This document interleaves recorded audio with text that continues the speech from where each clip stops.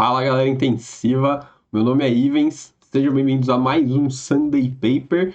Hoje o nosso Sunday Paper de número 158 e no Sunday Paper de hoje a gente vai falar sobre o novo guideline de SARA, né, a Síndrome do Desconforto Respiratório Agudo. Mas antes, não esquece já de deixar aquele joinha, de clicar nessa setinha que tem aqui embaixo para compartilhar esse vídeo com a sua galera. Isso me ajuda muito, né, quando você curte o vídeo, quando você compartilha, você traz mais pessoas aqui para assistir os vídeos com a gente. Se você não é inscrito ainda, se inscreve. Se você já está inscrito, ativa o sininho e indica o canal para alguma outra pessoa aí, beleza? Bom, esse aqui é o guideline europeu, né? A gente está vendo aqui, ó, o European Society of Intensive Care Medicine, né? A Sociedade Europeia de Terapia Intensiva, que fez esse novo guideline agora em 2023, para ser mais preciso, agora em junho, né? Acabou de sair. Foi publicado na Intensive Care Medicine, que tem um fator de impacto de 41,787. Bom, nosso contexto é o contexto da Síndrome do Desconforto Respiratório Agudo, que é, na verdade, sim, uma condição que pode ter origem etiológicas diversas, mas que essas condições, elas têm condições clínicas e patofisiológicas comuns, né? Que são o aumento da permeabilidade da membrana alvéolo capilar, resultando então num edema de origem inflamatória, aumento do tecido pulmonar não aerado, isso resulta em menor complacência, aumento da mistura venosa e do espaço morto, que vai resultar então em hipoxemia e hipercapnia. A síndrome do desconforto respiratório agudo ela é responsável por 10% das admissões na UTI, por 23% dos pacientes em ventilação mecânica, e ela pode resultar em 45% de mortalidade naquele grupo de pacientes, né, da SARA grave, né? Lembra que é leve, moderada e grave, né? Então a mortalidade pode chegar aí a 45% ou mais, dependendo aí, né, de onde o paciente estiver e dos cuidados que ele receber quando ele tiver uma SARA grave. Por isso a importância de se estudar nessa área, de ter guidelines como esse para balizar o tratamento e o diagnóstico desses pacientes. Então, o objetivo desse guideline, né, dessas diretrizes, foi atualizar as diretrizes de prática clínica lá de 2017. Então, o último guideline de SARA da Sociedade Europeia tinha sido lá em 2017. E aí, agora em 2023, né, 6 anos depois, eles vieram aí, então, atualizar esse guideline. Eles contaram, então, com um painel internacional de experts, mais 2 metodologistas. Eu não sei se existe uma tradução melhor para isso, né? Mas todos que eu procurei acabaram ficando como metodologistas, né? São aquelas pessoas especialistas em desenhar os métodos para fazer a revisão, para achar os artigos, no caso. E eles tiveram também 8 representantes de pacientes, né? Sempre importante que os guidelines cada vez mais adressem aí a opinião, a experiência dos pacientes que já passaram por aquilo. Eles seguiram aí, né, dentro do método, utilizaram o Prisma, utilizaram o Grade, utilizaram o Equator Network, tudo isso para poder fazer, então, uma revisão e as recomendações o melhor possível. Eles fizeram ao todo 21 recomendações, eu separei algumas, não coloquei todas, recomendo fortemente, eu recomendo que vocês leiam esse guideline, porque além de ter as recomendações, na verdade, serve muito como uma boa revisão, serve muito como um livro texto, ele não só está fazendo essas recomendações, mas ele ensina muita coisa, então é muito legal vocês lerem para aprenderem mesmo muita coisa e não só para pegar as recomendações, tá? Começando aqui, então, pelo uso do catéter nasal de alto fluxo. Então, eles recomendam que os pacientes com insuficiência respiratória aguda hipoxêmica, que não seja por edema pulmonar cardiogênico nem DPOC, recebam catéter nasal de alto fluxo ao invés de oxigenoterapia convencional para reduzir o risco de intubação. Então, quando você usa o alto fluxo ao invés de oxigênio convencional, você diminui o risco de intubação desses pacientes com recomendação forte e nível moderado de evidência. Não podemos fazer uma recomendação a favor ou contra o uso de catéter nasal de alto fluxo ao invés de oxigenoterapia convencional para reduzir a mortalidade. Então você vê que usar o alto fluxo diminui a necessidade de intubação, mas eles não podem falar nem a favor ou contra quando o desfecho é mortalidade. Por isso que é importante a gente fazer a pergunta correta, né? Eu tenho que usar o alto fluxo? Então assim, para quem? Para mudar qual desfecho? Então parece que diminui a necessidade de intubação, mas parece que não muda a mortalidade. Então eles não fizeram nenhuma recomendação nem a favor nem contra, né? Então, sem recomendação, alto nível de evidência de nenhum efeito na mortalidade.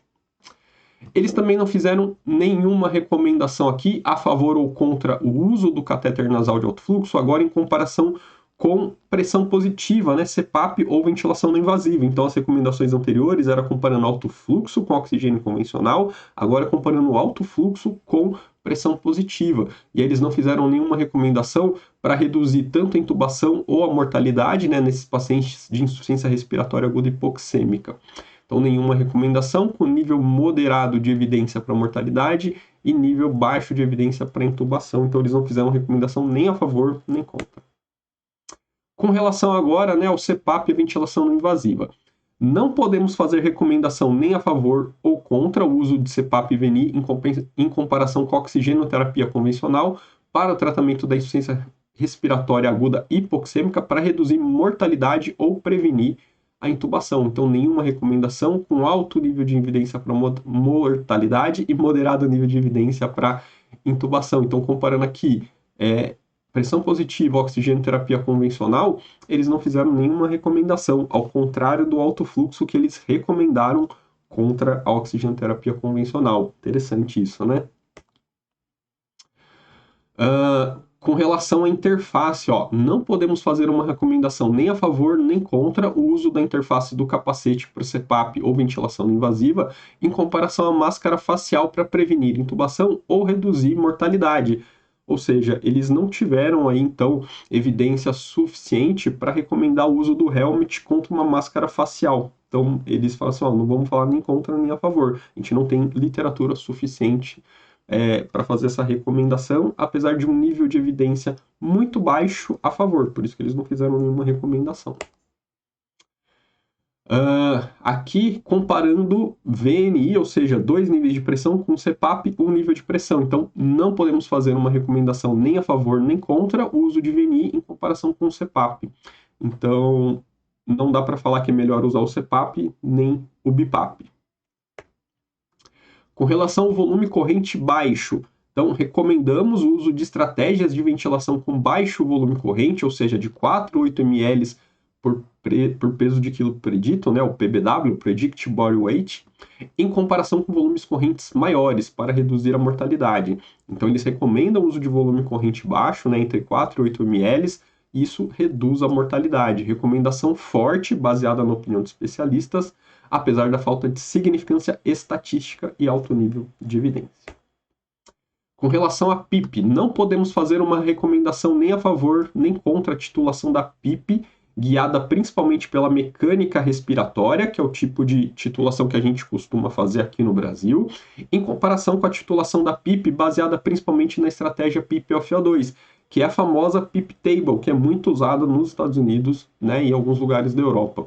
Isso para reduzir a mortalidade. Então, com relação à titulação da PIP, eles não recomendaram qual que é o melhor tipo de titulação, PIP Table ou guiada pela mecânica respiratória. Então, eles não fizeram nenhuma recomendação. Use algum, mas use o que você está mais acostumado, né? Com relação à manobra de recrutamento, não recomendamos o uso de manobras prolongadas de recrutamento de alta pressão, né? Que é a aplicação de pressão nas vias aéreas mantidas aí maior que 35 centímetros de água por pelo menos 1 minuto para reduzir a mortalidade. Então veja que com relação às manobras de recrutamento, a recomendação é não utilizar. Diferente da de 2017, que lá a recomendação era utilizar. É legal que no artigo também eles têm uma tabelinha mostrando o que eles recomendavam em 2017 e o que eles recomendaram agora em 2023. Bem interessante vocês olharem e ver como as coisas mudam, né? A ciência é dinâmica. Com relação à posição prona, recomendamos o uso da posição prona em comparação à posição supina para pacientes com síndrome de desconforto respiratório agudo moderada a grave, né? Definida como uma PO2 e FO2 menor que 150, com uma PIP pelo menos aí de 5 e já com a configuração da ventilação mecânica otimizada, e isso reduz a mortalidade. Recomendação forte com alto nível de evidência a favor. Então, né, a posição prona sendo recomendada aqui ao invés das manobras de recrutamento para aqueles pacientes com uma relação mais baixa. Com relação ao uso do bloqueador neuromuscular, recomendamos contra o uso rotineiro de infusões contínuas de bloqueador neuromuscular para reduzir a mortalidade em pacientes com síndrome de desconforto respiratório agudo moderada grave. Então lembra que antes a gente tinha aquela recomendação de usar nas primeiras 48 horas, né? Aqui eles estão recomendando contra o uso rotineiro, ou seja, não é para todo paciente que vai usar. Você vai precisar avaliar, entender por que você está usando. Não é só porque ele tem síndrome de desconforto respiratório agudo moderado a grave que ele precisa receber bloqueador neuromuscular. Recomendação forte com nível moderado de evidência. Galera, então, ó, essas foram as recomendações que eu trouxe. Leiam o artigo, lá tem mais. Não esqueça aí de, antes de sair do vídeo para ler o artigo, deixar aquele joinha, isso me ajuda demais. Não esqueça de compartilhar, clicar na setinha que tem aqui embaixo aqui do vídeo e mandar direto lá naqueles seus grupos. Inscreva-se aí no canal se você ainda não está inscrito. Traga algum amigo aí para se inscrever se você já é inscrito. Não esqueça de comentar, e aí vocês já tinham visto o que vocês acharam, se tem dúvidas, se tem colocações, bota aí nos comentários, vamos discutir, vamos conversar, e eu vejo vocês então no próximo vídeo. Até lá!